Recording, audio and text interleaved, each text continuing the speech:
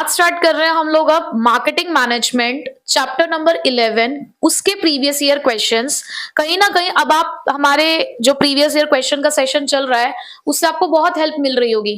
आपको ये पता चल रहा होगा कि कौन कौन से क्वेश्चंस आपको प्रिपेयर करने हैं, केस स्टडी सॉल्व करने में अब दिक्कत कम आने लगी होगी। और एक चीज की क्लैरिटी भी आई होगी कि अगर आपको किसी क्वेश्चन का कॉन्सेप्ट क्लियर है कि अगर जैसे मैंने यहाँ पे एक डायरेक्ट क्वेश्चन आपको समझा दिया तो आप आसानी से फिर उसकी केस स्टडी सॉल्व कर पाते हो। ठीक है, तो इसी के साथ अब हम अपना one of the important chapter from part B marketing management start करते हैं, जिसमें हमारे पास फिलहाल अभी आपको यहाँ पे 4 क्वेश्चन दिख रहे हैं और चारों ही क्वेश्चन रिपीटेडली पूछे जाने वाले क्वेश्चंस हैं। ऐसा नहीं है कि मैंने सिर्फ 1-2 साल के क्वेश्चंस यहाँ पर लिखे हुए हैं। मैं एक कॉमन क्वेश्चन लिख देती हूँ। अब जैसे कि हमारे पास क्वेश्चन नंबर 1 है, explain the function of marketing. मैंने जितने भी साल के पेपर देखे हर साल था ये क्वेश्चन, हर साल। क्यों? 12 पॉइंट है इस टॉपिक में, तो कभी उन्होंने कौन से 2 पॉइंट दे दिए, कभी कोई 3 पॉइंट दे दिए, तो वो हर साल दे रहे हैं इस क्वेश्चन को, वो भी डायरेक्ट। एक आध साल में बस उन्होंने इसकी केस स्टडी दी है, अदरवाइज उन्होंने ये वाला क्वेश्चन डायरेक्ट दिया है, लेकिन पॉइंट उन्होंने खुद दिए हैं। तो मैंने अलग अलग करके नहीं लिखा, फिर मैंने उसको कंबाइन नहीं कर दिया है, लेकिन क्वेश्चंस घुमा फिरा के यही पूछे गए हैं। ठीक है, तो देखते हैं सबसे पहला question, explain the functions of marketing. तो इस क्वेश्चन को हमने क्या मार्क करना है? वेरी वेरी इंपॉर्टेंट, कि हमें जरूर पढ़ के जाना है और 12 के 12 पॉइंट पढ़ने हैं, क्योंकि वो कोई सा पॉइंट दे सकते हैं। तो सबसे पहला पॉइंट था gathering and analysing the market information, यानी कि एज अ मार्केटर आपको सबसे पहला काम क्या करना होता है? आपको मार्केट इंफॉर्मेशन कलेक्ट करनी है और उसको एनालाइज करना है। और इसके लिए जब भी आप इसकी एक्सप्लेनेशन लिखोगे तो उसके अंदर आपको ये जरूर एक्सप्लेन करना है स्वॉट analysis, strength, weakness, opportunity, threat, कि हम किस तरीके से यहां पर इंफॉर्मेशन को कलेक्ट करते हैं।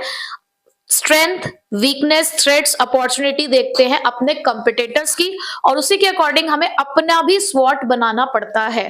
ठीक है, तो सबसे पहला काम ही यही है कि मार्केट में एंटर करने के बाद स्वॉट एनालिसिस करना, इंफॉर्मेशन को कलेक्ट करना, उसको एनालाइज करना, ये देखना कि कस्टमर की नीड क्या है, वांट्स क्या है। Second, market planning. आप जब मार्केट में एंटर करोगे तो एक ऑब्जेक्टिव के साथ आप एंटर करने जा रहे हो, किस तरीके से आप मार्केट में अपने प्रोडक्ट को, अपने कंपनी को, अपने ब्रांड को लॉन्च करोगे। बेसिकली आपको उस चीज की प्लानिंग करनी है। आप मार्केट में एंटर कर रहे हो कि आपको एंटर करने के बाद 20% मार्केट शेयर कैप्चर करना है, तो आप इस प्लानिंग के साथ एंटर कर रहे हो ना। आप एक मोबाइल फोन यहां पर बेचने के लिए जा रहे हो, तो किस तरीके से आप अपने मोबाइल फोन को कस्टमर के बीच में पॉपुलराइज करोगे, कि आप चाहते हो कि जाते ही कम से कम इतनी यूनिट्स आपकी सेल ऑफ हो जाए, तो कहीं ना कहीं आप एक प्लान करके जा रहे हो, तो आपको मार्केट प्लानिंग करनी पड़ेगी। थर्ड वन इज बहुत इंपॉर्टेंट, प्रोडक्ट का डिजाइन और डेवलपमेंट। एज अ मार्केटर आपको ये देखना पड़ेगा कि आपको अपने प्रोडक्ट को कैसे डिजाइन करना है, क्योंकि डिजाइन बहुत इंपॉर्टेंट रोल प्ले करता है कुछ प्रोडक्ट्स के सेल में। इसके लिए मैं ऑटोमोबाइल्स को कहती हूँ कि ऑटोमोबाइल्स जनरली जो लोग हैं वो देखते हैं भाई कि उसकी शेप क्या है, मॉडल क्या है, किस तरीके से उसकी डिजाइनिंग हुई हुई है, बिल्कुल देखा जाता है। प्लस हम अपने प्रोडक्ट को इस तरीके से बनाएं कि हम उसके अंदर फर्दर डेवलपमेंट भी कर सकते हो। इसके लिए हमारे मोबाइल फोन एक एग्जाम्पल है, कार्स एक एग्जाम्पल है, बाइक्स एग्जाम्पल में आप समझ सकते हो कि कार के लिए भी ऐसा ही होता है कि एक मॉडल रेडी किया जाता है, फिर उसी के अंदर थोड़े थोड़े से मॉडिफिकेशन करने के बाद उनके डिफरेंट वर्जन्स को मार्केट में लॉन्च कर दिया जाता है।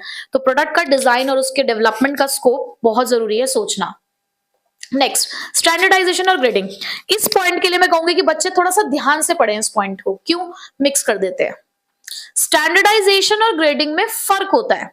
स्टैंडर्डाइजेशन का मतलब आप इस तरीके से समझ सकते हो कि आप किसी दुकान पे सामान बेचने के लिए गए। सपोज आप क्या करते हो, आप किसी मोबाइल डीलर के पास गए, आपने कहा कि हमें एक पर्टिकुलर कंपनी का मोबाइल लेना है और ये वाला मॉडल लेना है। वो आपको डमी फोन दिखाते हैं, ठीक है, उन्होंने आपको एक डमी दिखाई कि भाई ये मोबाइल फोन इस तरीके से है, ये इसके फीचर्स हैं, ये इस तरीके से चलता है। उन्होंने आपको एक सैंपल दिखा दिया कि ये मोबाइल फोन इस तरीके से वर्क करेगा, क्योंकि वो कहते हैं ना कि नए पीस को खोल के नहीं दिखाएंगे, लेकिन उसके लिए आपको वो सैंपल दिखा रहे हैं कि देखो ये सैंपल देख लो और यहाँ पे ये सारे लगे हुए हैं, आप इनमें से जोन सा कहोगे हम उठा के दे देंगे आपको, सारे एक जैसे हैं। ये स्टैंडर्डाइजेशन है। स्टैंडर्डाइजेशन का मतलब होता है कि जब प्रोडक्ट एक प्री डिटरमाइंड स्पेसिफिकेशन के साथ रेडी हुआ है और सारे सेम है, फिर सारे क्वालिटी स्पेसिफिकेशन को क्लियर करके आए, स्टैंडर्ड्स को सबने क्लियर किया है, ठीक। बट वहीं पे ग्रेडिंग क्या होती है? ग्रेडिंग का मतलब होता है सारे मोबाइल फोन सेम है, बट ये ब्लू कलर में है, ये रोज गोल्ड में है और ये वाला नेवी ब्लू कलर में है। उन्होंने कलर के बेसिस पर अब डिफरेंशिएशन कर दिया। जब आप अपने प्रोडक्ट्स को किसी एक पर्टिकुलर टाइप या कैरेक्टरिस्टिक के बेसिस पर डिफरेंशिएट कर सकते हो, साइज, कलर, ब्रांड, इस तरीके से अगर आप डिफरेंशिएट कर पा रहे हो, दैट मीन्स वो उसकी ग्रेडिंग है। अब उन्होंने कह दिया जी ये वीवो के हैं, ये सैमसंग के हैं, ये एप्पल है, तो यहाँ पे ब्रांड नेम आ गया, ब्रांड आ गया एक तरीके से, तो ये भी ग्रेडिंग है। समझ गए इस बात को? तो यहाँ पे मिक्स नहीं करना है, ये अलग अलग चीजें हैं दोनों। उसके बाद पैकेजिंग और लेबलिंग। अब पैकेजिंग क्या होती है? Packaging is just the wrapper of your product, जो आपके प्रोडक्ट को प्रोटेक्शन दे रहा है और कहीं ना कहीं आपके प्रोडक्ट को सेल करने में भी हेल्प करता है। इसके लिए छोटी छोटी बातें ना आप यहीं पे लिखकर चलना कि ये है एक साइलेंट सेल्स पर्सन। जो आपके प्रोडक्ट का पैकेट होता है वो साइलेंट सेल्स पर्सन होता है, क्योंकि सब कुछ आपको उसी के ऊपर मिलता है। बट लेबलिंग इसी पैकेजिंग का पार्ट है, जहां पर आप अपने पैकेट के साथ एक लेबल प्रोवाइड करते हो जो उस प्रोडक्ट का पूरा स्पेसिफिकेशन देता है, आपके प्रोडक्ट को डिस्क्राइब करता है। Label, direction to use, MRP, ingredient, सब कुछ आपको लेबल पे ही दिया जाता है। ठीक है। Next, branding. ब्रांडिंग आपके प्रोडक्ट को एक यूनिक आइडेंटिटी देता है कि ऐसे तो प्रोडक्ट बहुत सारे हैं, बट जब उसके साथ एक नाम जुड़ जाता है, एक कह सकते हो एक यूनिक आइडेंटिटी जुड़ जाती है, एप्पल, सैमसंग, ये आप ब्रांड बोलते हो ना, तो ये सब चीजें क्या है? एक यूनिक आइडेंटिटी दे रहे हैं। मैं सिर्फ बोल रही हूँ मोबाइल फोन्स, तो मोबाइल फोन तो सारे ही हैं फिर, जितने भी उस मोबाइल डीलर के पास रखे हुए हैं। बट वहीं पे अगर आपने जाकर उसको बोला कि मुझे वीवो का फोन दिखा दो, मुझे सैमसंग का दिखा दो, एप्पल का दिखा दो, तो वहां आपने उसको एक यूनिक आइडेंटिटी दी। तो ब्रांडिंग के लिए, ब्रांडिंग एक बहुत इंपॉर्टेंट फंक्शन है किसी भी मार्केटर के लिए, कि अगर आप अपने कॉम्पिटिटर से डिफरेंशिएट करना चाहते हो अपने प्रोडक्ट को, तो आपको उसको क्या देनी पड़ेगी? एक यूनिक आइडेंटिटी। उसके बाद कस्टमर सपोर्ट सर्विस। देखो, कस्टमर सपोर्ट सर्विस बहुत इंपॉर्टेंट रोल प्ले करता है। हम किसी एक दुकान पे गए एसी खरीदने के लिए, उन्होंने हमें कहा कि हम एसी का इंस्टॉलेशन आपको फ्री करके देंगे और 3 सर्विस दे रहे हैं साल की, वो भी फ्री। ठीक है। और कभी भी कोई दिक्कत हो, ये कार्ड है, इस नंबर पे फोन कर देना, आपको प्रॉब्लम को सॉल्व कर देगा। ऐसे ही आप एक दूसरी दुकान पे गए, उसने कहा कि ये एसी आपको मिल रहा है, इंस्टॉल आपको खुद करना पड़ेगा, सिर्फ एक सर्विस हम आपको फ्री देंगे और बाकी रिपेयरिंग की कोई हमारी गारंटी नहीं है। किसके पास जाओगे? पहले वाले के पास ना। क्यों? क्योंकि उसने आपको सपोर्ट में आपके सर्विस दी। और कहीं ना कहीं जो कस्टमर सपोर्ट सर्विस होती है ना, वो फ्यूचर रिलेशनशिप बिल्डअप करने में हेल्प करती है, कि कल को अगर हमें कोई दूसरा सामान भी खरीदना होगा, हम उसी के पास जाएंगे। क्यों? क्योंकि उसने सामान बेचने के बाद भी हमसे एक रिश्ता बनाए रखा। और वहीं पे एक पर्सन ऐसा है कि ठीक है, एक बिक गया, बाकी की बाद में देखेंगे, तो ये गलत होता है। कस्टमर सपोर्ट सर्विस भी बहुत इंपॉर्टेंट है, जहां पर आती हैं after sale services, free delivery, या इस तरीके से आप ग्रीवेंसेस को उनकी सॉल्व कर रहे हो, तो ये सब उसी में काउंट होती हैं। उसके बाद भाई, प्रोडक्ट फ्री में तो नहीं बेचेंगे, ये भी एक इंपॉर्टेंट पॉइंट है कि प्राइसिंग ऑफ प्रोडक्ट। आपको अपने प्रोडक्ट की प्राइस को डिसाइड करना होता है, क्योंकि प्राइस क्या है? वो पैसा जो आप सामान के बदले में रिसीव करने वाले हैं। अब इस प्राइस को डिसाइड करने के भी बहुत सारे फैक्टर्स होते हैं, जो भी हम यहाँ पे डिस्कस करेंगे, तो वो तभी बताऊंगी। अच्छा, यहां तक हम पहुंच गए। अब बारी आती है प्रमोशन की। प्रमोशन का मतलब क्या होता है?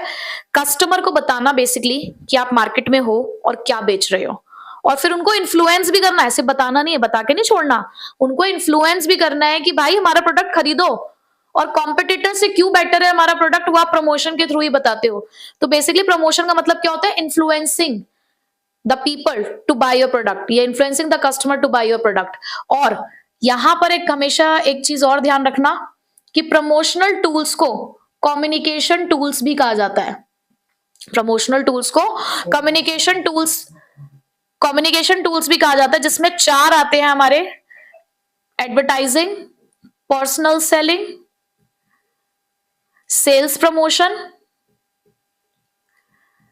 और एक हमारा लास्ट का जो इसमें इंक्लूड कर दिया गया है, पब्लिक रिलेशन। ठीक है। एडवर्टाइजमेंट आप सभी जानते हैं कि क्या होता है? पेड फॉर्म ऑफ कम्युनिकेशन होता है, जिसके लिए पैसे दिए जाते हैं, और लेकिन ये इम्पर्सनल फॉर्म है, यानी कि हमारी कोई बातचीत नहीं होती है, एक मैसेज आ रहा है टीवी पे, रेडियो पे, अखबार में, तो हमें पता चल रहा है। पर्सनल सेलिंग, सेल्स स्टाफ रखा जाता है जो अलग अलग जगहों पे एक एरिया कवर करके कस्टमर को अप्रोच करते हैं, यानी कि पर्सनल कॉन्टेक्ट है। Sales promotion just short term incentives होते हैं, जैसे कि buy 1 get 1 free, 10% extra, scratch this and get a gift, coupons मिल जाते हैं, तो ये सारे सेल्स प्रमोशन टेक्निक में आते हैं। और पीआर का होता है पब्लिक रिलेशन, जो पब्लिक के अंदर किसी भी कंपनी और उसके प्रोडक्ट की पॉजिटिव इमेज क्रिएट करने में मदद करता है। ठीक है, तो शॉर्ट में मैंने आपको बता दिया है। फिजिकल डिस्ट्रीब्यूशन हेल्प करता है बेसिकली सामान को कस्टमर तक पहुंचाने में। फैक्ट्री से लेकर मार्केट तक का सफर हम फिजिकल डिस्ट्रीब्यूशन से ही तय करते हैं, जिसमें हमें 2 डिसीजन लेने हैं।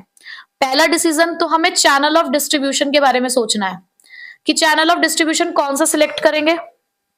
2 तरीके के चैनल होते हैं, डायरेक्ट और इनडायरेक्ट।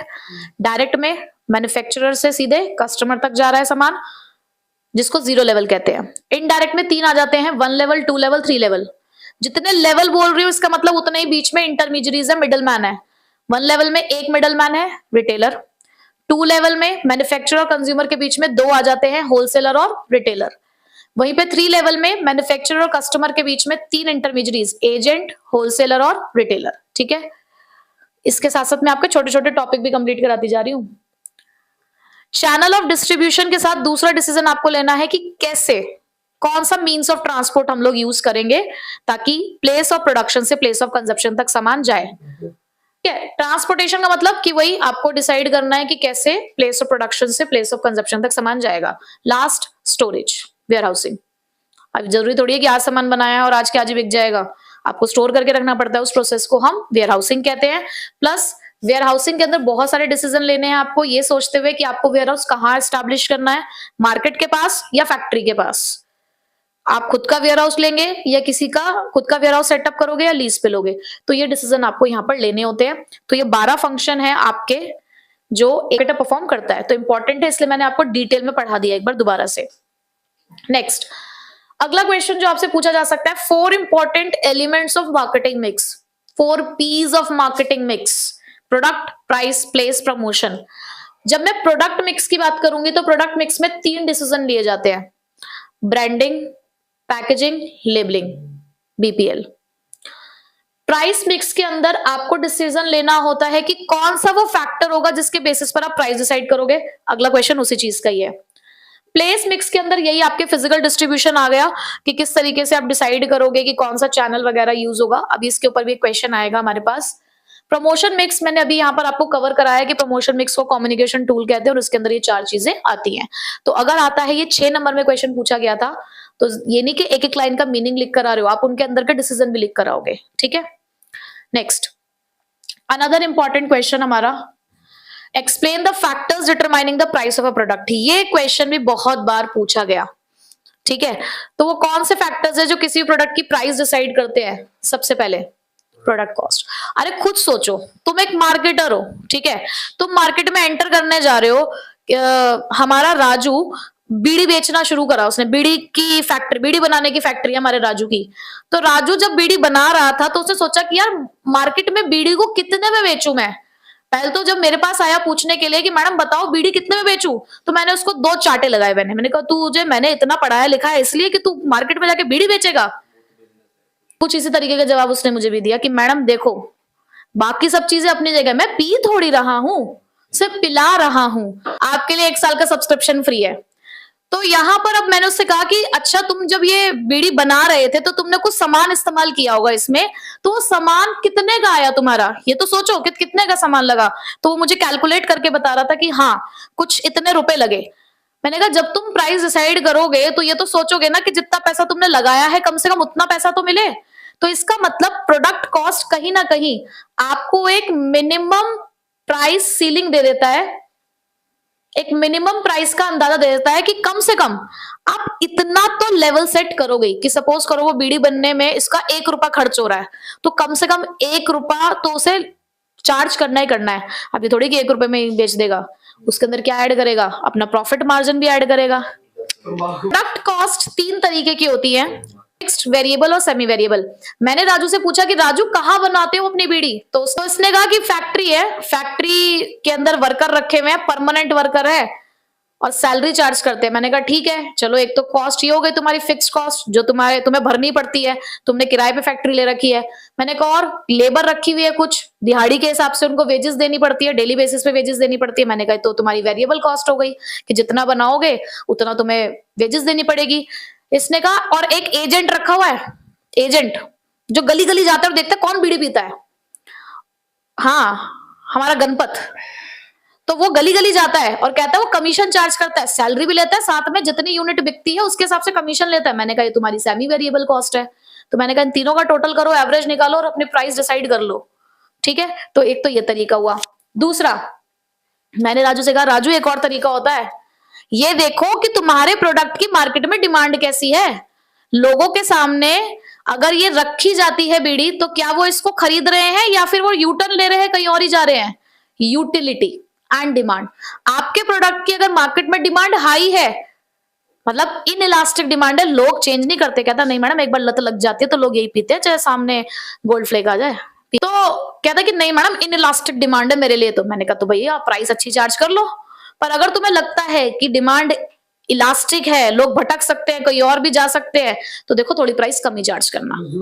तो यहाँ पर यूटिलिटी एंड डिमांड किस चीज की बात है, पर धूम्रपान सेहत के लिए हानिकारक है, ये आप सभी बात ध्यान रखेंगे, ये जस्ट एक एग्जांपल है ताकि आपको समझ आ जाए।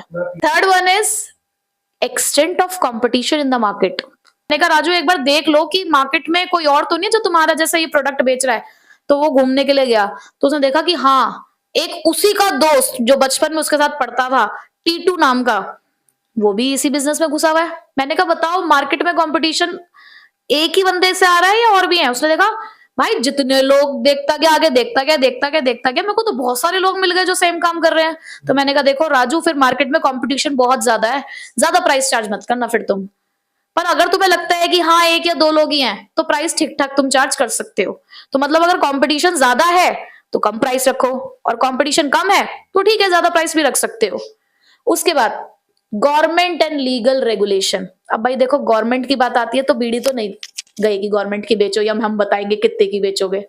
देखो कई बार कुछ प्रोडक्ट्स के लिए गवर्नमेंट ये कहती है कि आप इससे ज्यादा प्राइस नहीं चार्ज कर सकते, तो वो कुछ एसेंशियल कमोडिटीज होती है जैसे कि मेडिसिन वगैरह हो जाती हैं, तो उसके लिए गवर्नमेंट कहती है कि ये जो हमारी लाइफ सेविंग ड्रग्स होते हैं उसके लिए आप ज्यादा प्राइस चार्ज नहीं कर सकते, वो आपको एक लिमिट सेट करके दे देती है। ठीक है, प्राइसिंग ऑब्जेक्टिव। प्राइसिंग ऑब्जेक्टिव का मतलब है कि जब आप प्राइस डिसाइड कर रहे हो तो आपके माइंड में क्या चल रहा है, आप किस चीज का प्राइस चार्ज करना चाहते हो। क्या आप मार्केट में अपनी लीडरशिप बनाना चाहते हो, अगर आपको मार्केट में लीडरशिप बनानी है तो प्राइस कम से ही एंटर करो। बट अगर आप अपनी क्वालिटी के हिसाब से पैसा चार्ज कर रहे हो, भैया आप अपनी क्वालिटी का पैसा चार्ज कर रहे हो तो आप ज्यादा चार्ज कर सकते हो, या आप मार्केट में कंपटीशन देखते हुए कर रहे हो तो कंपटीशन के अकॉर्डिंग तो कम ही चार्ज करना चाहिए ज्यादा कंपटीशन में। तो आपका ऑब्जेक्टिव क्या है आपको वो भी ध्यान में रखना होगा। उसके बाद मार्केटिंग मेथड कौन सा इस्तेमाल करते हो। राजू कहता है कि मैं पता क्या करता हूं कि जब मैं अपना सामान बेचता हूं ना, फ्री होम डिलीवरी देता हूं मैं, कि अगर आपने 10 बंडल से ऊपर मंगवाए तो फ्री होम डिलीवरी। यानी कि आपका मार्केटिंग मेथड क्या है कि आप डिलीवरी की सर्विस दे रहे हो, तो कहीं ना कहीं राजू फिर बाकी लोगों से थोड़ा सा प्राइस ज्यादा चार्ज करता है। क्यों? क्योंकि भाई फ्री होम डिलीवरी भी दे रहा है। इसने सेल्समैन ऐसे ऐसे रखे हुए हैं, इसके यारी दोस्ती बहुत सारे अच्छे लोगों के साथ है, तो ऐसे ऐसे इसने दोस्त रखे हुए हैं जो सामने वाले को कन्विंस कर लेते हैं सामान खरीदने के लिए। तो सेल्स स्टाफ बहुत अच्छा है इसका, तो क्या करता है थोड़े से प्राइस इसलिए भी ज्यादा चार्ज कर रहा है। तो मार्केटिंग मेथड आप कैसा इस्तेमाल करते हो इस पे भी डिपेंड करता है। ठीक है, तो ये कुछ फैक्टर्स है जो आप माइंड में रखते हो अपने प्रोडक्ट का प्राइस चार्ज करते हुए। मैं फिर से एक बार कहना चाहूंगी कि ये सारी बातें काल्पनिक थी, ये केवल और केवल आपको ये समझाने के लिए थी। बाकी ये बीड़ी सिगरेट ये सब पीना सेहत के लिए हानिकारक है और बिल्कुल नहीं पीनी चाहिए। ठीक है, डिफरेंट मार्केटिंग फिलोसफीज। जनरली ये क्वेश्चन आपसे पूछा जब भी गया है तो ये डिफरेंस की फॉर्म में पूछा गया है। एक आध बार हाँ उन्होंने डायरेक्ट बोल दिया कि प्रोडक्ट कॉन्सेप्ट बताओ, प्रोडक्शन कॉन्सेप्ट बताओ, but most of the times इसको डिफरेंस की फॉर्म में पूछा गया है। अब आपके माइंड में कंफ्यूजन की तो फिर कैसे याद करें, आप डिफरेंस याद करो, क्योंकि अगर ये आपसे डायरेक्ट भी पूछ लिया गया तो इसके डिफरेंस के 4 पॉइंट है। आप उन चारों को ही अगर पॉइंट्स में भी लिख आएंगे तो वो आप डायरेक्ट की तरह भी उसको लिख सकते हैं। ठीक है, तो इसमें कुछ परेशान होने वाली बात नहीं है। हाँ बस मीनिंग जरूर पढ़ लेना साथ में, उन 4 पॉइंट्स के साथ साथ क्या उनके मेन एक जो एक थीम है उस कॉन्सेप्ट की वो जरूर पढ़ लेना मीनिंग की फॉर्म में। तो सबसे पहला हमारा कॉन्सेप्ट है प्रोडक्शन कॉन्सेप्ट। प्रोडक्शन कॉन्सेप्ट में क्या कहा गया कि जब हमने मार्केटिंग के बारे में पढ़ना शुरू किया तो हमारा माइंडसेट ये था कि उस टाइम पे बहुत सारे सप्लायर थे, लोग सोचते थे बनाओ सामान बनाओ, बनाते रहो बनाते रहो बनाते रहो, मतलब फोकस किस पे था, सिर्फ प्रोडक्शन पे, ताकि मास स्केल प्रोडक्शन हो। और मास स्केल प्रोडक्शन से क्या होता है ना, कॉस्ट पर यूनिट कम हो जाती है जिससे प्रॉफिट मार्जिन इंक्रीज हो जाता है। तो अवेलेबिलिटी और अफोर्डेबिलिटी ये उनका मेन पॉइंट था यहाँ पर। लेकिन धीरे धीरे चीजें बदली, हमारा कस्टमर चूजी हुआ, उसने कहा कि नहीं प्रोडक्शन से तो काम नहीं चलने वाला है, क्वालिटी लाओ, क्वालिटी इंप्रूवमेंट करो प्रोडक्ट के अंदर। तो प्रोडक्ट कंसेप्ट के अंदर प्रोडक्ट के ऊपर फोकस किया गया और प्रोडक्शन से कहां पे हम शिफ्ट हुए, प्रोडक्ट इंप्रूवमेंट पे। ठीक, फिर सेलिंग कॉन्सेप्ट, मार्केट में बहुत सारे लोग बढ़ गए, हर कोई कह रहा है ये हमारा अच्छा है, हमारा अच्छा है, हमारा अच्छा है प्रोडक्ट, तो यहां पर एग्रेसिव सेलिंग, एडवर्टाइजमेंट वगैरह इन सब चीजों पे ज्यादा फोकस किया जाने लगा कि ज्यादा से ज्यादा एडवर्टाइज करो, परसुएड करो कस्टमर को कि वो आपका सामान खरीदे। फिर आया मार्केटिंग कंसेप्ट। मार्केटिंग कंसेप्ट आज के टाइम पे हम फॉलो करते हैं 5th वाले कॉन्सेप्ट के साथ। मार्केटिंग कॉन्सेप्ट में क्या करना है, हमें आइडेंटिफाई करना है सबसे पहले अपने टारगेट मार्केट को। हर जगह थोड़ी बेचोगे, पहले अपना टारगेट सेट करो, कहां बेचना है, किसको बेचना है। फिर एंटर करने के बाद उनकी नीड और वांट क्या है। तीसरा, उसके अकॉर्डिंग प्रोडक्ट को प्रोड्यूस करो। उसके बाद कॉम्पिटिटर से बेटर अपने कस्टमर को सेटिस्फाई करो, लेकिन ये सारा काम प्रॉफिट पे करना है। तो यहाँ मैंने 5 चीजें बोली, ये है पिलर्स ऑफ मार्केटिंग कॉन्सेप्ट। ठीक है, उसके बाद सोसाइटल मार्केटिंग कॉन्सेप्ट, जो मार्केटिंग में करो वो सारे काम करो, लेकिन सोसाइटी को ध्यान में रख के, सोशल वेलफेयर को ऊपर रख के आपको सारे काम करने हैं। ठीक है, तो ये तो मैंने आपको समझा दी कि कंसेप्ट क्या है। अब इसका जो डिफरेंस है वो किस फॉर्म में है, सबसे पहले आता है स्टार्टिंग पॉइंट। ये कहाँ कहाँ होते हैं, पहले 3 फैक्ट्री से रिलेटेड है, इनका स्टार्टिंग पॉइंट होता है फैक्ट्री, ये दोनों मार्केट में होते हैं। ठीक है, इनके स्टार्टिंग पॉइंट क्या है, मार्केट। उसके बाद इनका क्या फोकस है, मतलब ये कैसे मार्केट में एंटर कर रहे हैं, यहाँ पर अवेलेबिलिटी एंड अफोर्डेबिलिटी पे फोकस होता है, यानी कि प्रोडक्शन, यहाँ प्रोडक्ट इंप्रूवमेंट, यहाँ एग्रेसिव सेलिंग पे फोकस होता है, यानी कि इंटीग्रेटेड मार्केटिंग होती है यहाँ पे, और यहाँ पे भी इंटीग्रेटेड मार्केटिंग। ठीक है, अब प्रॉफिट मैक्सिमाइजेशन कैसे है, वॉल्यूम ऑफ प्रोडक्शन से। यहाँ प्रॉफिट मैक्सिमाइजेशन है प्रोडक्ट इंप्रूवमेंट से, मतलब क्वालिटी ऑफ प्रोडक्ट, यहाँ क्वांटिटी ऑफ प्रोडक्ट। सेलिंग में प्रॉफिट मैक्सिमाइजेशन है कैसे, सेल्स वॉल्यूम को बढ़ाकर। मार्केटिंग के अंदर प्रॉफिट मैक्सिमाइजेशन है कस्टमर सेटिस्फेक्शन से, और सोसाइटल के अंदर प्रॉफिट मैक्सिमाइजेशन है सोसाइटी का सोशल वेलफेयर और कस्टमर सेटिस्फेक्शन। ठीक, तो फिजिकल डिस्ट्रीब्यूशन क्वेश्चन है, define physical distribution and explain it's components. ये वाला क्वेश्चन बहुत ज्यादा तो नहीं पूछा गया बार बार, लेकिन हाँ 1 साल में आया था, केस स्टडी के साथ आया था, बट मैंने अभी फिलहाल यहाँ डायरेक्ट लिख दिया है। क्वेश्चन है डिफाइन फिजिकल डिस्ट्रीब्यूशन। तो अभी हमने जो फंक्शंस ऑफ मार्केटिंग पढ़े वह हमने कवर कर लिया कि फिजिकल डिस्ट्रीब्यूशन के अंदर हमें 2 डिसीजन लेने होते हैं। ये प्लेस मिक्स का पार्ट है, जहां पर आप डिसाइड करते हो about the channel of distribution, और दूसरा कि प्रोडक्ट राइट टाइम पे, राइट प्लेस पर, राइट क्वांटिटी में पहुंचे, बेसिकली वो हमारे यहाँ पर एक पर्पस होता है। ठीक है, इसके 4 कंपोनेंट्स होते हैं। सबसे पहला है ऑर्डर प्रोसेसिंग, फिर ट्रांसपोर्टेशन, वेयरहाउसिंग, 4th इसका इन्वेंट्री कंट्रोल। अब ऑर्डर प्रोसेसिंग का मतलब क्या होता है कि जैसे ही आपको ऑर्डर रिसीव हुआ और आपने उसको कस्टमर तक डिलीवर कर दिया, ये जो टाइम पीरियड है ये ऑर्डर प्रोसेसिंग कहलाता है। तो अगर आप एक एफिशिएंट फिजिकल डिस्ट्रीब्यूशन सिस्टम हो तो आपको स्पीडली और एक्यूरेटली आपको प्रोडक्ट को डिलीवर करना है, यानी कि काम टाइम से भी हो और सही भी हो। सही मतलब वही राइट क्वांटिटी, राइट टाइम, आपको इस चीज का ध्यान रखना है। ट्रांसपोर्टेशन यानी कि सामान प्लेस ऑफ प्रोडक्शन से प्लेस ऑफ कंजप्शन तक पहुंच जाए राइट प्लेस पर और एक राइट टाइम पे। ठीक है, तो ये भी आपको यहाँ पे भी देखना है। वेयरहाउसिंग टाइम यूटिलिटी क्रिएट करता है। टाइम यूटिलिटी मतलब कि क्योंकि एक टाइम गैप होता है जब प्रोडक्शन होता है और जब वो कस्टमर के थ्रू डिमांड किया जाता है, तो उस टाइम गैप को फिल करता है हमारा क्या, वेयरहाउसिंग। तो यहाँ पर भी आपको एक डिसीजन लेना है कि आपको वेयरहाउसिंग किस तरीके से करनी है और कहाँ करनी है। इन्वेंट्री कंट्रोल, ये एक बहुत इंपॉर्टेंट कंपोनेंट है फिजिकल डिस्ट्रीब्यूशन का, कि आप अपनी इन्वेंट्री कैसे कंट्रोल करते हो। अगर आपके माइंड में है कि आपका जो डिग्री ऑफ फोरकास्टिंग है वो अच्छा है, मतलब आपको पता है कि कब ज्यादा सेल्स आती है, कब कम सेल्स आती है, अगर आपकी फोरकास्टिंग एक्यूरेट है तो आप उस हिसाब से इन्वेंट्री मेंटेन करोगे। जनरली कम ही रखोगे, जब सेल आती होगी तभी ज्यादा रखोगे।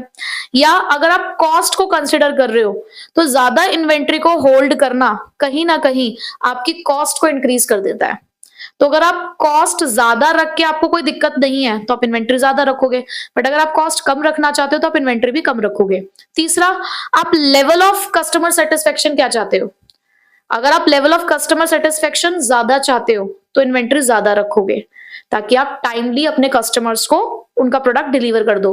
बट अगर आप लेवल ऑफ सेटिस्फेक्शन को नहीं कंसिडर कर रहे हो तो आप कम इन्वेंटरी भी मेंटेन कर सकते हो। ठीक है, लास्ट क्वेश्चन, एक डिफरेंस एडवर्टाइजिंग और पर्सनल सेलिंग के बीच में 6 पॉइंट मैंने यहाँ पे लिख दिए हैं, आप अपने अकॉर्डिंग भी इसको बना सकते हो। ठीक है, पहला मीनिंग तो हमें पता ही है कि एडवर्टाइजिंग क्या है, हमारा paid form of communication tool है जहां पर एक आइडेंटिफाइड स्पॉन्सर होता है जो अपने प्रोडक्ट को पॉपुलराइज करने के लिए मार्केट में क्या करता है, एडवर्टाइज करता है थ्रू द डिफरेंट मीडियाज।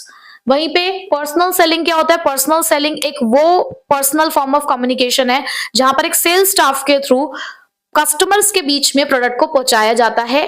ठीक है, उसके बाद कॉस्ट, सस्ता कौन सा होगा, हाँ सस्ता है एडवर्टाइजिंग, क्यों, क्योंकि यहां पर होती है मास रीच, एक ही एडवर्टाइजमेंट बहुत सारे लोगों तक पहुंच रही है जिससे सेल्स ज्यादा होगी तो पर यूनिट कॉस्ट कम हो जाती है, ये इकोनॉमिकल होता है। वहीं पे पर्सनल सेलिंग में पूरा एक सेल्स स्टाफ रखोगे तो ये कॉस्टली होता है।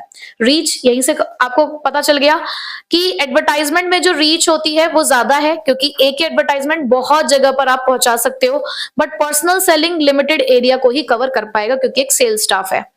फीडबैक, यहां पे फीडबैक नहीं मिल सकता, एडवर्टाइजमेंट आ रही है तुमने म्यूट कर दी, क्या फीडबैक। पर्सनल सेलिंग में क्या है, वो सेल्स पर्सन आपके साथ इंटरेक्ट कर रहा है, तो आप प्रोडक्ट खरीद रहे हो नहीं खरीद रहे हो, आपका क्या व्यू पॉइंट है उसको डायरेक्ट मिल रहा है, तो यहां डायरेक्ट फीडबैक होता है या नहीं होता है। फॉर्म, ये एक इम्पर्सनल फॉर्म है, कोई पर्सनल कॉन्टेक्ट नहीं आपका यहां पर, बट ये एक पर्सनल फॉर्म ऑफ कम्युनिकेशन है। फ्लेक्सिबिलिटी, यहां पे एक स्टैंडर्डाइज मैसेज जा रहा है सबके पास, एक जैसा मैसेज, एक जैसी एडवर्टाइजमेंट आ रही है हम सभी के घरों में, बट पर्सनल सेलिंग को कस्टमाइज किया जा सकता है as per the needs of the customer. ठीक है, समझ गए, तो क्वेश्चंस तो यही थे, अब इससे रिलेटेड केस स्टडीज। ठीक है, तो हमारा सबसे पहला क्वेश्चन एमसीक्यू बेस्ड है, थोड़ा बड़ा क्वेश्चन था इसलिए मैंने यहां पर इसको डाल दिया है। The marketing function which includes the plan for increasing the level of production, promotion of product and specifies the action programs to achieve these objectives is gathering and analyzing the market information, market planning, designing and development, pricing of the product। कहीं ना कहीं यहां पर planning की बात हो रही है, ऑब्जेक्टिव्स को अचीव करने की बात हो रही है, तो इजी था क्वेश्चन हमारा, करेक्ट आंसर है B, market planning. Next, a social process by which individual groups obtain what they need and want through creating the offerings and freely exchanging the product and services of the value with others is known as marketing, marketing mix, branding और packaging। देखो marketing ही आपकी एक social process है, ठीक है, जिसके through आप need और वांट को आइडेंटिफाई करते हो, ऑफरिंग्स को क्रिएट करते हो और उसको एक्सचेंज करते हो। बेसिकली इस डेफिनेशन में फीचर्स ऑफ मार्केटिंग लिखा हुआ है। ठीक, नेक्स्ट, बहुत लंबी चौड़ी केस स्टडी है, तो पहले क्वेश्चन रीड करते हैं कि बेसिकली क्या पूछा गया है हमसे इस क्वेश्चन में। उन्होंने पूछा है identify and explain the functions of marketing which were not performed, जो नहीं परफॉर्म हुए हैं वो आइडेंटिफाई करने हैं। तो स्टार्ट करते हैं। क्वेश्चन है, smart watch limited is a watch manufacturing company marketing smart watch for adults. The company now wants to manufacture the smart watches for children also. For this, it gathered and analyzed the market information, did marketing planning, product designing and development, standardization, and also decided about the packaging, labeling, branding, pricing, warehousing, and transportation and distribution of these smart watches. अब देखो हमने 12 function पढ़े थे, count कर लो कि कौन कौन से आपके कवर हो पा रहे हैं।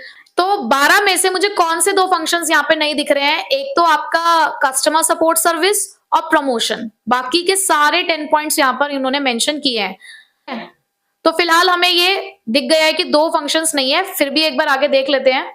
Even after doing all the above stated activities, the company is not picking up the sales. The CEO of the company asked the marketing manager to find out the reason.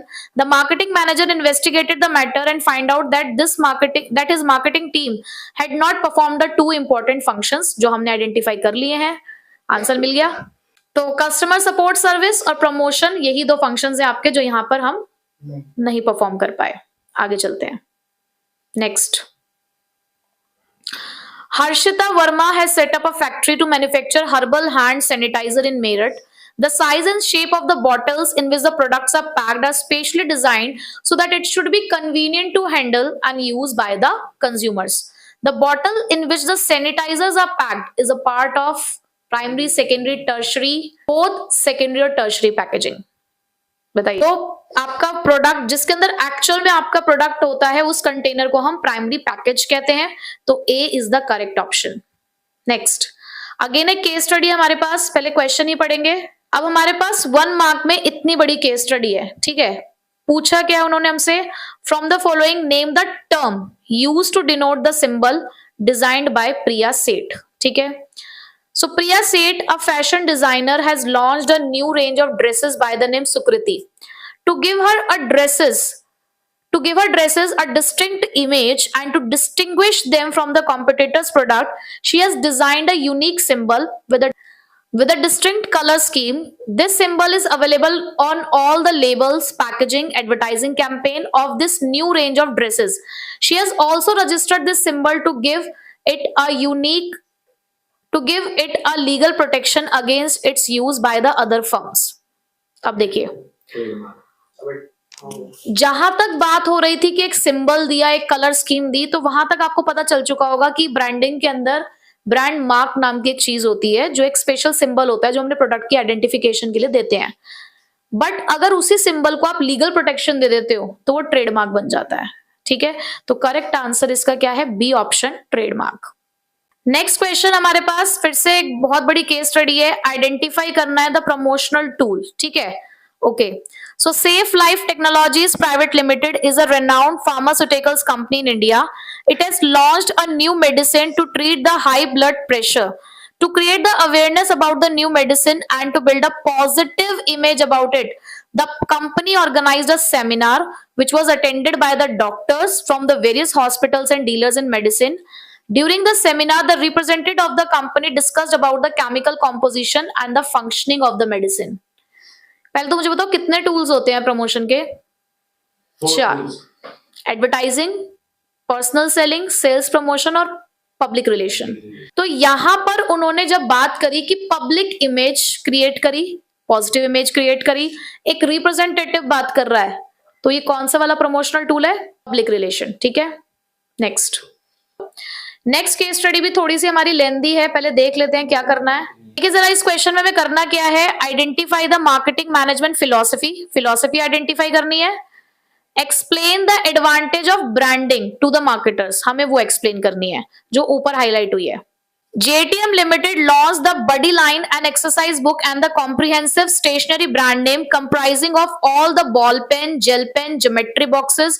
After identifying the target market and understanding the needs of the customer of that market, yeah, all their products were use of good quality and eco-friendly but expensive. They wanted to distinguish their product from that of their competitor. They spent lot of efforts, time and money in creating the brand name, as they knew that without a brand name they can only create the awareness for the generic product but can never be sure for the sale of their product. उसकी sales नहीं बढ़ा पाएंगे। The efforts paid off and the demand for the product started growing. The customer liked the brand and become the habitual it. लोगों ने खरीदना शुरू किया, लोगों को अच्छा लगा brand. They didn't mind paying a high price, और अब वो हाई प्राइस देने के लिए भी रेडी हैं। So over a period of time, it became a status symbol to buy the Buddy line brand because of its quality. और धीरे धीरे ये स्टेटस सिंबल की तरह यूज किया जाने लगा, जैसे कि हम एप्पल और मर्सिडीज BMW को कहते हैं, और कस्टमर को इसको यूज करने में प्राइड यानी कि गर्व महसूस होने लगा। कौन सी मार्केटिंग मैनेजमेंट फिलॉसफी आपको यहाँ पे दिखी? देखो जब मैंने स्टार्टिंग की लाइनें आपको बताया कि मुझे आइडेंटिफाई मैंने कर लिया है कि कौन सी फिलॉसफी है, तो मार्केटिंग आइडेंटिफाई किया मैंने, लेकिन जैसे ही हमने आगे की लाइंस को रीड किया तो वहां पे सोसाइटी के बारे में बात होनी शुरू हो गई थी। अगर आप स्टार्टिंग से क्वेश्चन को देखो, यहाँ पर जब उन्होंने बोला कि all the products of good quality and eco friendly, तो यहां से ये है सोसाइटल मार्केटिंग कॉन्सेप्ट, ठीक है।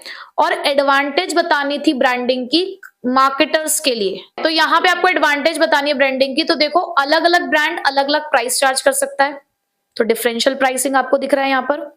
उसके अलावा अलग अलग ब्रांड अलग अलग प्रोडक्ट को आइडेंटिफाई करने में हेल्प करता है, यानी कि प्रोडक्ट डिफरेंशिएशन, डिफरेंशियल प्राइसिंग और प्रोडक्ट डिफरेंशिएशन, ये आप दो एडवांटेज कह सकते हो। कस्टमर के पॉइंट ऑफ व्यू से देखोगे तो स्टेटस सिंबल वाला पॉइंट भी यहाँ पर है, और प्रोडक्ट क्वालिटी, ठीक है, ये दो भी हमें यहाँ पे दिख रहे हैं कस्टमर के पॉइंट ऑफ व्यू से। नेक्स्ट क्वेश्चन फिर से एक अच्छी खासी केस स्टडी, देखते हैं क्या पूछा गया है हमसे। क्वेश्चन में हमसे पूछा गया है कि कोई कॉन्सेप्ट है वो आइडेंटिफाई करना है और उससे रिलेटेड कुछ फैक्टर्स हैं, ठीक है। कहाँ गया क्वेश्चन, ये रहा. After acquiring the necessary knowledge and skills on starting an aloe vera farm, Ashok wanted to be the leading manufacturer of aloe vera products worldwide. मतलब वो लीडिंग मैन्युफैक्चरर बनना चाहता था एलोवेरा के फील्ड में. He observed that the products were expensive as the demand of the product was more than its supply. यहाँ पर उसको ये पता चला कि प्रोडक्ट्स महंगे थे, क्यों? क्योंकि डिमांड ज्यादा थी, सप्लाई कम थी. He was also keen to promote the methods and practices that were economically viable, environmentally sound, and at the same time protecting the public health. वो ऐसे मेथड्स को प्रमोट करता था जो लोगों की सेहत के लिए, हमारे एनवायरमेंट के लिए और सस्ते भी हो, इस तरीके के उसे मेथड्स वो इवॉल्व करना चाहता था. Ashok's main consideration was about the amount of money paid by the consumer in consideration for the purchase of aloe vera product. अब उसका मेन जो उसका माइंडसेट था वो कहाँ आके अटका हुआ था, कितना पैसा चार्ज किया जाना चाहिए. तो कौन सा कॉन्सेप्ट आइडेंटिफाई किया? Price mix. ठीक है, तो प्राइस मिक्स के बारे में यहाँ पे पूछा गया. He also thought that the competitors' prices and their estimated reaction must also be considered for this. जिसके लिए उसने क्या किया? कंपिटिटर की प्राइसेस को चेक किया. After gathering and analyzing the information and doing the correct marketing planning, he came to know that customer compare the value of a product to the value of money for which they are required to pay. मतलब कोई भी customer किसी भी सामान को खरीदने से पहले ये देखता है कि वो उसके लिए कितनी वैल्यू जनरेट करता है और कितना उससे पैसा मांगा जा रहा है. So the customer will be ready to buy a product when they perceived that the value of product is at least equal to the value of money which they would pay. एक कस्टमर तभी खरीदने के लिए ready होता है किसी भी सामान को जब उसे दिखता है कि जितना मैं पैसा पे कर रहा हूं उतना मुझे बेनिफिट मिल रहा है. ये कहीं ना कहीं आपने कहाँ पढ़ा है? यूटिलिटी, कि जितना मैं पैसा पे करूं उतना मुझे बेनिफिट मिले. ठीक है, उसके बाद since he was entering into the new market, he felt that he may not be able to cover all the cost, so he knew that in the long run the business will not be able to survive unless all the costs are covered in addition to a minimum profit. उसने ये भी देखा कि क्योंकि वो नया है market के अंदर तो वो सारी कॉस्ट तो कवर नहीं कर पाएगा, बट मार्केट में सर्वाइव करने के लिए उसे मिनिमम प्रॉफिट रखते हुए उसे अपनी सारी कॉस्ट को कवर करना होगा. He examined the quality and feature of the product of the competitor and anticipated the reaction of the consumers. मतलब वही कि उसने फिर से क्वालिटी और फीचर्स को चेक किया, कंपिटिटर्स क्या बेच रहे हैं मार्केट के अंदर, कस्टमर्स का रिएक्शन देखा. Considering the same, he decided to add some unique feature. तो उसने क्या किया? अपनी पैकेजिंग में नए नए फीचर ऐड करे, फ्री होम डिलीवरी देना शुरू किया. The above case relates to a concept which is considered to be an effective competitive marketing weapon. In condition of perfect competition, most of the firms compete with each other on this concept in the marketing of goods and services. तो ये तो मैं पता चल गया कि उसे price decide करनी थी, तो प्राइस मिक्स आंसर हो गया. कौन से फैक्टर्स आपको ऊपर दिखे? 4 फैक्टर्स बताने थे. स्टार्टिंग में हमने देखा कि उसने कॉम्पिटिटर्स के बारे में भी सोचा, extent of competition in the market. दूसरा कौन सा दिखा? मार्केटिंग मेथड यूज भी था कि उसने पैकेजिंग में यूनिकनेस दिखाई, फ्री होम डिलीवरी दे रहा था. तीसरा यूटिलिटी एंड डिमांड भी था यहाँ पे, क्योंकि वो आप देख रहे थे कि कस्टमर कितना पैसा भरना चाहता है कितना नहीं. ठीक है, तो प्राइसिंग ऑब्जेक्टिव हमारा 4th हो गया यहाँ पे फैक्टर. ठीक,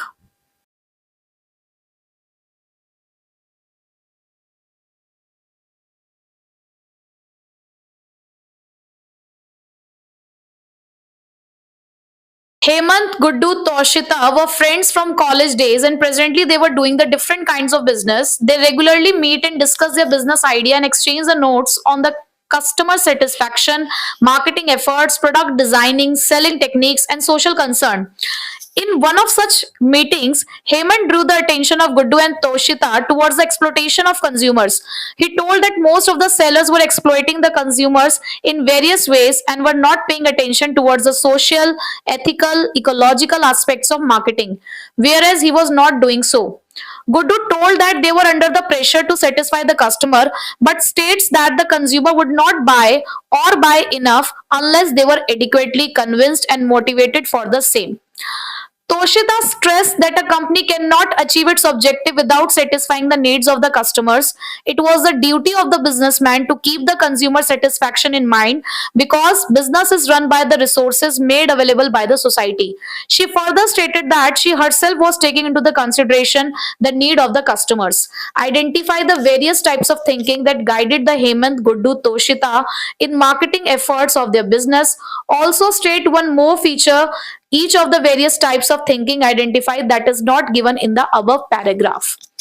थिंकिंग की जब बात हो रही है ना, तो अब आप सोचोगे कि कौन सा क्वेश्चन है, थिंकिंग तो हमने कहीं पढ़ा ही नहीं। थिंकिंग से मतलब है उनका मार्केटिंग फिलॉसफीज से।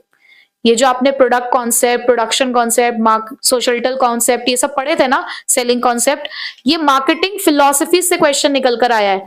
तो बेसिकली यहाँ पे 3 लोग बात कर रहे हैं, हेमंत, गुड्डू और तोशिता।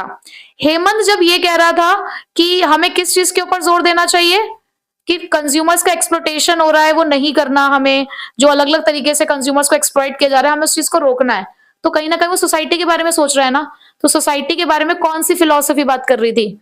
सोसाइटल मार्केटिंग कॉन्सेप्ट, ठीक है। बट गुड्डू ने ये बोला कि जब तक हम बायर्स को मोटिवेट नहीं करेंगे किसी भी सामान को खरीदने के लिए, वो खरीदेगा नहीं। ऐसा कहा गया कौन से कॉन्सेप्ट में? Selling concept. तोशिता ने कहा कि नहीं, हमें कस्टमर सेटिस्फैक्शन के साथ साथ उनके नीड्स को भी ध्यान में रखना है। तो कस्टमर की नीड और वांट कौन से वाले कॉन्सेप्ट में पढ़ी आपने? Marketing concept. तो तीनों कॉन्सेप्ट को आपको आइडेंटिफाई करना था और उसके बाद आपको उनका एक एक फीचर लिख लेना है जिसके बारे में यहां बात नहीं हुई। तो कोई भी जो आपने फीचर्स वहां पे पढ़े थे कि वो प्रॉफिट मैक्सिमाइजेशन कैसे करते हैं, वो आप पॉइंट यहां लिख सकते हो, ठीक है। Next question number 35। Shivam bought a pain relieving ointment after seeing it being displayed in the chemist shop. The ointment tube was packed in a card box. The tube were received by the chemist from the wholesaler in the corrugated boxes containing 20 units. Identify and explain the different levels of packaging of the pain relieving medicine. तो आपको level बताना है। Level of packaging होते हैं primary, secondary और transportation. अब primary package इसके अंदर कौन से वाला है? जहां पर आप जो ट्यूब होती है जिसको आप तब तक रखते हो अपने पास जब तक कि वो आपका प्रोडक्ट खत्म नहीं हो जाता। सेकेंडरी पैकेज उसकी एडिशनल लेयर ऑफ प्रोटेक्शन होती है, यानी कि वो एक बॉक्स होता है जिसके अंदर वो आता है। और थर्ड आपका ट्रांसपोर्टेशन, वो कॉरुगेटेड बॉक्स जिसकी हेल्प से आप ज्यादा यूनिट्स रखकर, जैसे कि यहाँ पे 20 यूनिट्स रख के लेके जा रहे हैं और उसको ट्रांसपोर्ट कर सकते हैं, ठीक है। तो तीनों आपने पैकेजिंग पढ़ ली इसमें से। Ashima purchase a bottle of tomato sauce from the local grocery shop. The information provided on the bottle was not clear. She fell sick on consuming it. She filed a case in the district forum under the Consumer Protection Act and got the relief. Identify the important aspect neglected by the marketer. मतलब उसने एक bottle खरीदी tomato sauce की, उसके ऊपर जो information थी वो क्लियर नहीं थी, जिसकी वजह से उसको खाते ही वो सिक हो गई। हो सकता है एक्सपायरी डेट चली गई हो उसकी। तो यानी कि वो जो इंफॉर्मेशन है प्रोडक्ट के ऊपर वो कौन प्रोवाइड कराता है? लेबल। तो लेबलिंग नहीं थी। अब आपको उन्हीं के ही कुछ फंक्शंस यहाँ पे लिख देने हैं, ठीक है, कि लेबलिंग प्रोडक्ट के प्रमोशन में हेल्प करता है, प्रोडक्ट के आइडेंटिफिकेशन में हेल्प करता है, ग्रेडिंग में हेल्प करता है, और लॉ के अकॉर्डिंग भी कुछ चीजें बताई जानी चाहिए हर प्रोडक्ट के बारे में, वो सारी चीजें लेबल पे लिखी होती है, ठीक है। तो 5 फंक्शंस होते हैं बेसिकली लेबलिंग के, वो आपको यहाँ लिखने हैं। Last question. Hiram is a famous chain selling a large variety of product in the Indian market, और मैं तो इसको Hiram ही बोलूंगी। Their products includes the chips, biscuits, sweets and squashes. It charges a comparatively higher prices than its competitor as it sells quality products. Besides it offers the regular discount to its customer and easy credit term to its retailer. It has 5 of its own retail shops. It also sells its product through the various grocery stores so that the products are made available to the customer at right place, right quantity and right time. It regularly uses the different communication tools to increase the sales. पूरा paragraph जब तक हमने पढ़ा उसके अंदर basically ये बताया जा रहा था कि एक पर्सन है, वो अपने एक खुद के 5 रिटेल स्टोर्स चलाता है और जनरली वो अपने सामान के लिए हाई प्राइस चार्ज करता है क्योंकि वो अच्छी क्वालिटी का सामान देता है, ठीक है। लेकिन फिर भी वो अपने कस्टमर्स को रेगुलरली डिस्काउंट्स भी अलाउड करता है और वो इस बात की इंश्योरिटी रखता है कि प्रोडक्ट सही समय पे, सही क्वांटिटी पे, सही समय पर लोगों के पास पहुंच जाए। अगर आपने नोटिस किया हो तो मैंने जब आपको अभी क्वेश्चंस कराए तो मैंने ये लाइन लिखी थी कहीं पर, राइट टाइम, राइट क्वांटिटी और राइट प्लेस। फिजिकल डिस्ट्रीब्यूशन का कॉन्सेप्ट था जो हमारा, उसके अंदर हम यही पढ़ते हैं। The above para describes the combination of variable used by the hirearm या hirearm to prepare its market offering. Identify and explain the variable. देखो वर्ड ऐसे यूज कर देते हैं कि वो कंफ्यूज कर देते हैं बच्चे को। इससे तो हमने यहाँ पर फिजिकल डिस्ट्रीब्यूशन देखा, तो आपको यहाँ पे मिला है प्लेस मिक्स फिजिकल डिस्ट्रीब्यूशन से, ठीक है। अभी मैंने ऊपर एक बात और बोली थी कि वो प्राइस चार्ज कर रहे हैं कहीं ना कहीं, तो क्या था यहाँ पे प्राइस मिक्स। उन्होंने आपको प्रोडक्ट्स की रेंज भी दी है, प्रोडक्ट्स की रेंज मतलब प्रोडक्ट मिक्स, उन्होंने डिसाइड किया कि ब्रांडिंग करनी है। लास्ट की लाइन डिफाइन करती है डिफरेंट कम्युनिकेशन टूल्स। और मैंने आपको जब प्रमोशन पढ़ा रही थी तो मैंने बोला था ना कि प्रमोशन को कम्युनिकेशन टूल्स भी कहते हैं। तो यहां पर उन्होंने आपसे पूछा identify and explain the variables, कि यहाँ पे क्या बात हो रही है, मार्केटिंग मिक्स के बारे में बात हो रही है, जिसके अंदर आपके चारों पीज आ रहे हैं, प्रोडक्ट, प्राइस, प्लेस, प्रमोशन, ठीक है। तो ये कुछ तरीके की केस स्टडीज थी जो प्रीवियसली पूछी गई हैं, और आपको मैंने पीवाईक्यूज के अंदर कुछ क्वेश्चंस करा भी दिए जो डायरेक्ट क्वेश्चंस थे, पूरे भी समझा दिए कि कैसे कैसे पूछे जा रहे हैं। तो मार्केटिंग चैप्टर थोड़ा सा लेंदी है और ज्यादा क्वेश्चंस इससे पूछे जाते हैं, कंज्यूमर प्रोटेक्शन से थोड़े कम पूछे जाते हैं, तो इसलिए थोड़ा आपको टाइम ज्यादा लगेगा इस चैप्टर को प्रिपेयर करने में, ठीक है।